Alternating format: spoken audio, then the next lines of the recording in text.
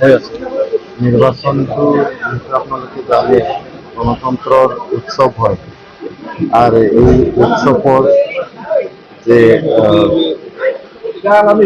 Final day হয়, এই final ডেটো আমাৰ ৰিজাল্টৰ দিনটোৱে হয়। তো আজি আমাৰ 16তম অসম বিধানসভা যে নিৰ্বাচনৰ ৰিজাল্ট আজি উলিয়াব। আমাৰ সকলোৰে ভাগ্য EVM-ৰ বন্ধ বাকচত আছিলে, আজি খুলিব, খুলি পেলাই ভোট গন্তি হ'ব, গন্তি হৈ পেলাই ৰাইজৰ প্ৰতিনিধি কোনে হ'ব, ৰাইজে কাক পচন্দ কৰি পেলাই ভোট দিছে, আজি এইটো আমি গম পাম।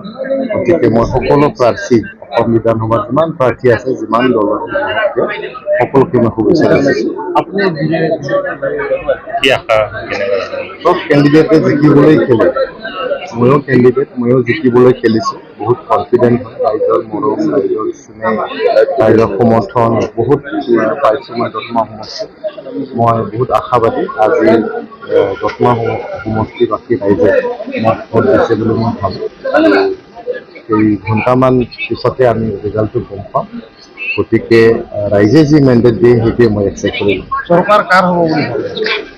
চৰকাৰ গঠন কৰাত মানে যোনে মেজৰিটি পাব ইয়ে চৰকাৰ গঠন কৰিব। গতিকে আজি মই ৰাতিপুৱা ৰিজাল্ট কাউণ্টিং হৈ আছে, ইয়াতে মই স্পেকুলেট কৰি পেলাই এইটো কোনো লাভ নহয়। গতিকে নিয়ম যোনে মেজৰিটি পাব ইয়ে মানে চৰকাৰ গঠন কৰিব। আৰু মই আশা ৰাখোঁ অসমত আমাৰ এটা সুস্থ সবল ৰাইজৰ হকে কাম কৰা, ৰাইজক সেৱা আগবঢ়াই যোৱা, ৰাইজক গোটেই ভাৰত বুলি নহয় গোটেই বিশ্বতে জিলিকি উঠাব পৰা এটা দলে চৰকাৰ গঠন কৰিব বুলি মই আশাবাদী। হ'ব।